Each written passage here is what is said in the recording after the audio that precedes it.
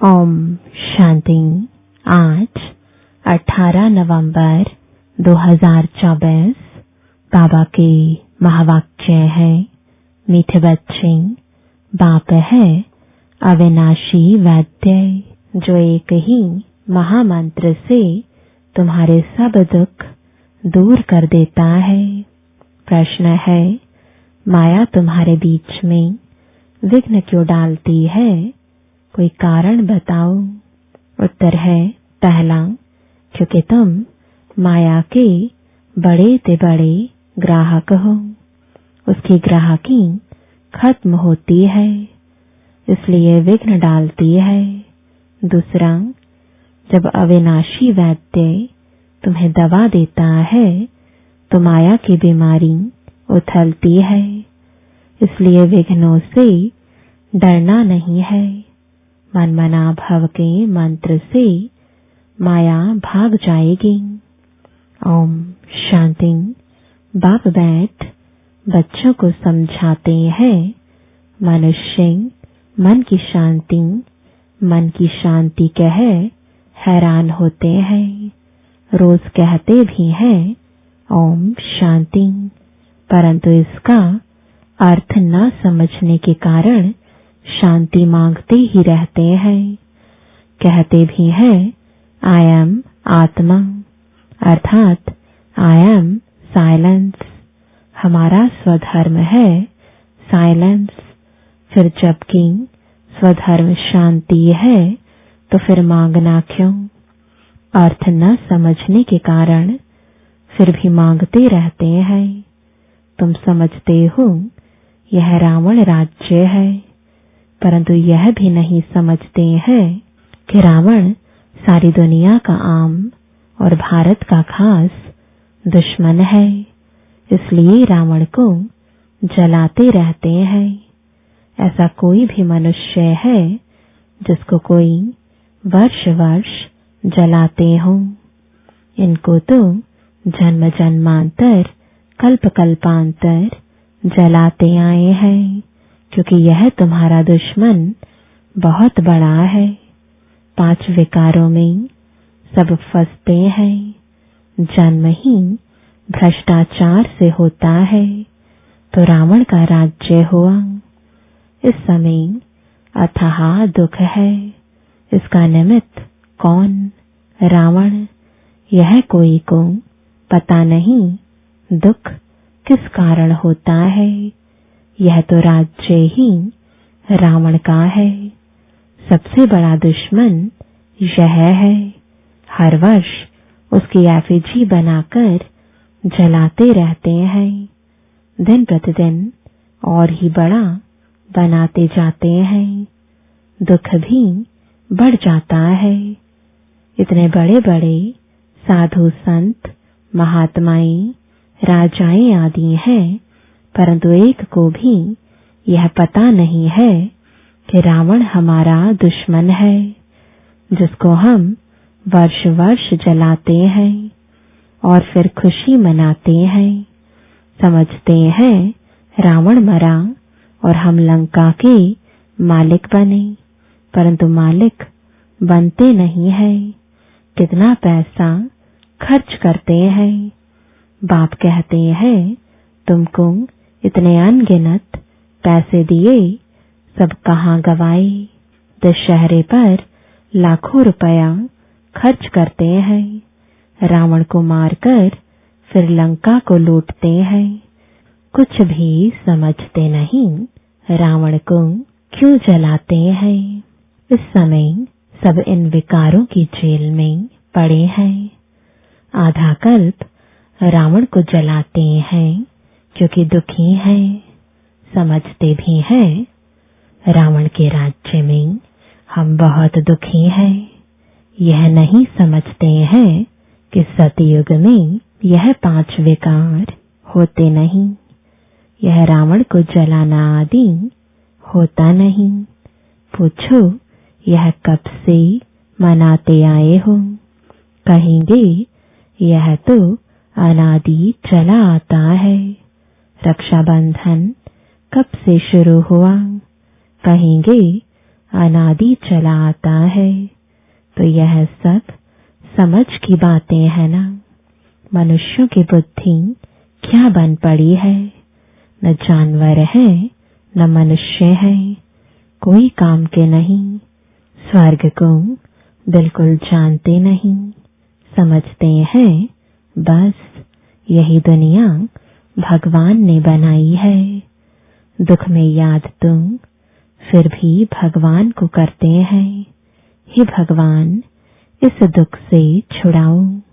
परंतु कलयुग में तो सुखी हो ना सकें, दुख तो जरूर भोगना ही है, सीढ़ी उतरनी ही है। नई दुनिया से पुरानी दुनिया के अंत तक के सब राज बाप समझाते हैं।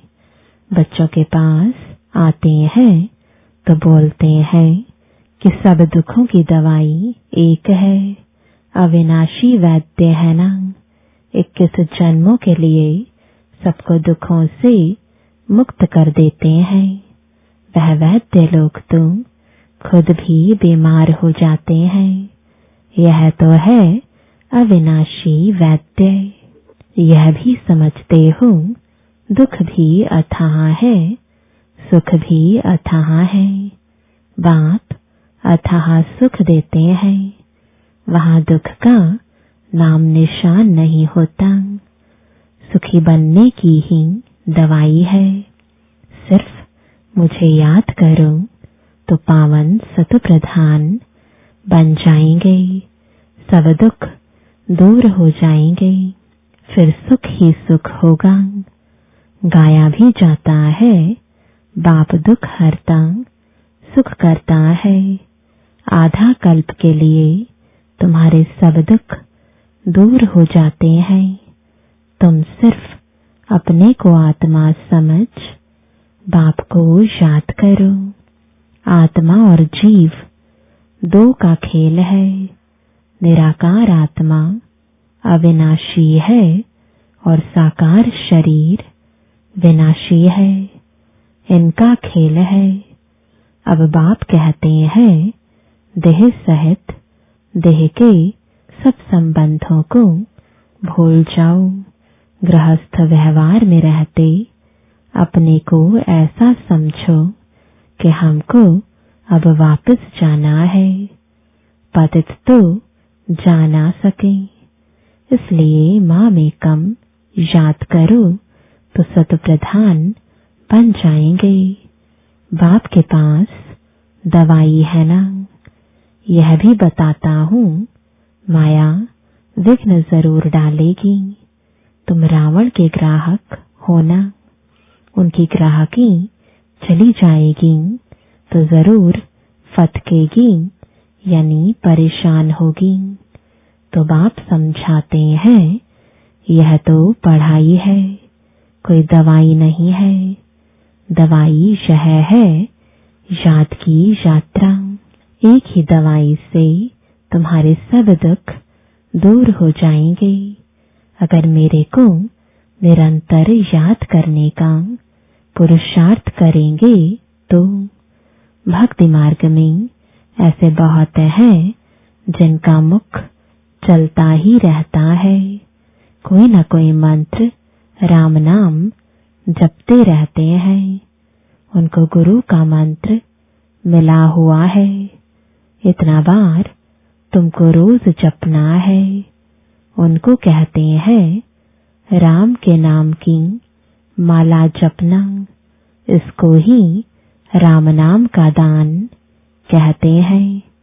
ऐसी बहुत संस्थाएं बनी हुई हैं। राम राम जपते रहेंगे तो झगड़ा आदि कोई करेंगे नहीं, बिजी रहेंगे। कोई कुछ कहेगा भी तो भी रिस्पॉन्स नहीं देंगे। बहुत थोड़े ऐसा करते हैं। यहाँ फिर बाप समझाते हैं राम राम कोई मुख से कहना नहीं है। यह तो अजपा जाप है। सिर्फ बाप को याद करते रहो। बाप कहते हैं मैं कोई राम नहीं हूँ। राम तो त्रेता का था, जिसकी राजाई थी, उनको तो जपना नहीं है। अब बाप समझाते हैं, भक्ति मार्ग में यह सब सिमरण करते, पूजा करते तुम सीढ़ी नीचे ही उतरते आए हो, क्योंकि वह सब है अनराइटियस। राइटियस तो एक ही बाप है, वह तुम बच्चों को बैठ समझाते हैं। यह कैसे भूल भुलैया का खेल है। जिस बाप से इतना बेहद का वर्षा मिलता है, उनको याद करें तो चेहरा ही उनका चमकता रहे। खुशी में चेहरा खिल जाता है, मुख पर मुस्कुराहट आ जाती है। तुम जानते हो, बाप को याद करने से हम यह बनेंगे। आधा कल्प के लिए हमारे सब दुख दूर हो जाएंगे।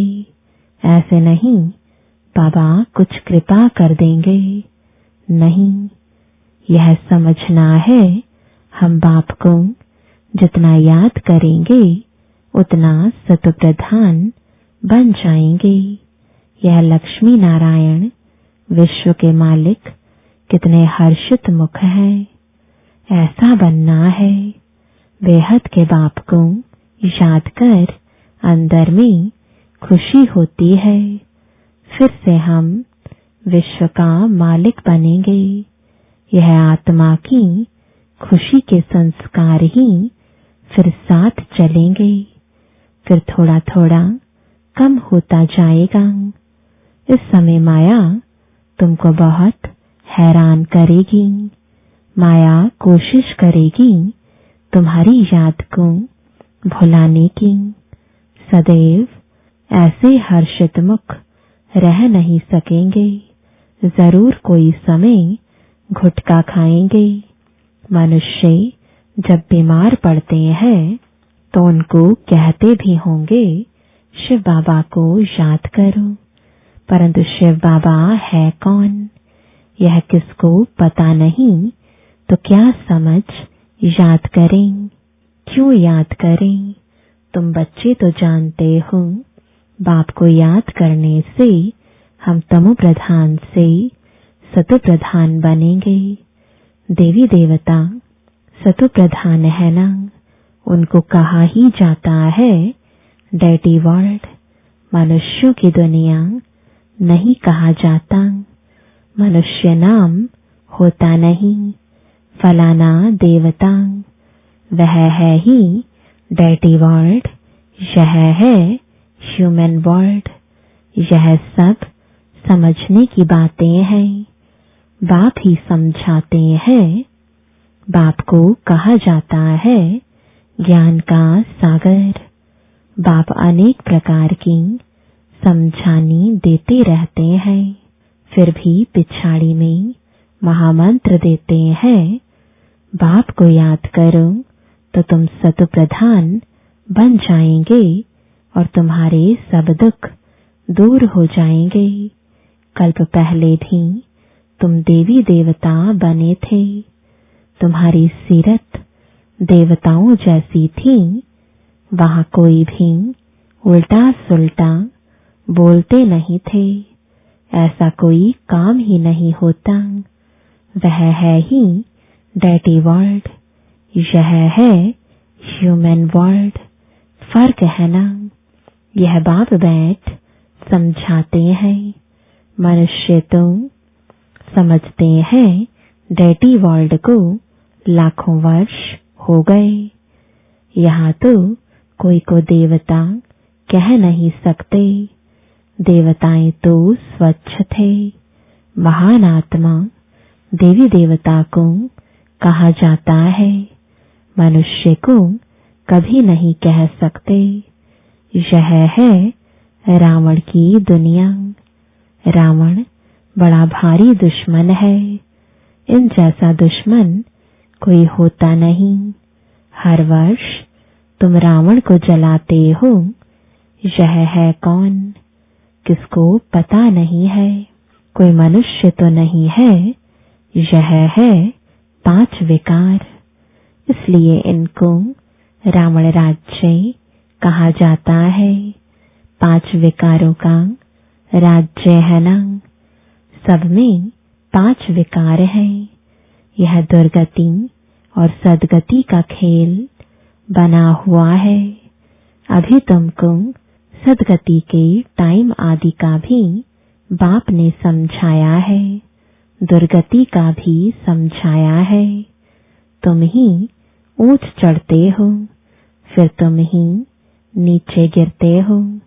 शिव जयंती भी भारत में ही होती है, रावण जयंती भी भारत में ही होती है। आधा कल्प है दैवी दुनिया, लक्ष्मी नारायण राम सीता का राज्य होता है। अभी तुम बच्चे सबकी बायोग्राफी को जानते हो। महिमा सारी तुम्हारी है। नवरात्रि पर पूजा आदि सब तुम्हारी होती है। तुम ही स्थापना करते हो। श्रीमत पर चल तुम विश्व को चेंज करते हो, तो श्रीमत पर पूरा चलना चाहिए ना। नंबरवार पुरुषार्थ करते रहते हैं, स्थापना होती रहती है। इसमें लड़ाई आदि की कोई बात नहीं। अभी तुम समझते हो यह पुरुषोत्तम संगम युग है ही बिल्कुल अलग। पुरानी दुनिया का अंत, नई दुनिया का आदि। बाप आते ही है पुरानी दुनिया को चेंज करने। तुमको समझाते तो बहुत है, परंतु बहुत है जो भूल जाते हैं। भाषण के बाद स्मृति आती है, यह पॉइंट्स समझानी थी। हूबहू कल्प कल्प जैसे स्थापना हुई है वैसे होती रहेगी। जिन्होंने जो पद पाया है वही पाएंगे। सब एक जैसा पद नहीं पा सकते हैं। ऊंच ते ऊंच पद पाने वाले भी हैं, तो कम से कम पद पाने वाले भी हैं। जो अनन्य बच्चे हैं वह आगे चलकर बहुत फील करेंगे। यह साहूकारों की दासी बनेगी, यह राजाई घराने की दासी बनेगी। यह बड़े साहूकार बनेंगे, जिनको कब कब इनवाइट करते रहेंगे। सबको थोड़े ही इनवाइट करेंगे, सब मुंह थोड़े ही देखेंगे। बाप भी ब्रह्मा मुख से समझाते हैं, सम्मुख सब थोड़े ही देख सकेंगे। तुम अभी सम्मुख आए हो, पवित्र बने हो। ऐसे भी होता है जो अपवित्र आकर यहाँ बैठते हैं। कुछ सुनेंगे तो फिर देवता बन जाएंगे, फिर भी कुछ सुनेंगे तो असर पड़ेगा, नहीं सुने तो फिर आवे ही नहीं। तो मूल बात बाप कहते हैं, मनमना भव। इस एक ही मंत्र से तुम्हारे सब दुख दूर हो जाते हैं। मनमना भव यह बाप कहते हैं, फिर टीचर होकर कहते हैं मध्याजी भव। यह बाप भी है, टीचर भी है, गुरु भी है। तीनों ही याद रहें तो भी बहुत हर्षित मुख अवस्था रहे। बाप पढ़ाते हैं, फिर बाप ही साथ ले जाते हैं। ऐसे बाप को कितना याद करना चाहिए। भक्ति मार्ग में तो बाप को कोई जानते ही नहीं, सिर्फ इतना जानते हैं भगवान है, हम सब ब्रदर्स हैं। बाप से क्या मिलना है वह कुछ भी पता नहीं है। तुम अभी समझते हो एक बाप है, हम उनके बच्चे सब ब्रदर्स हैं। यह बेहद की बात है ना। सब बच्चों को टीचर बन पढ़ाते हैं। फिर सबका हिसाब किताब चुकता कराए वापस ले जाएंगे। इस छीछी दुनिया से वापस जाना है। नई दुनिया में आने के लिए तुमको लायक बनाते हैं। जो जो लायक बनते हैं वह सतयुग में आते हैं। अच्छा, मीठे मीठे सिकिलते बच्चों प्रति माता पिता बाप दादा का याद प्यार और गुड मॉर्निंग।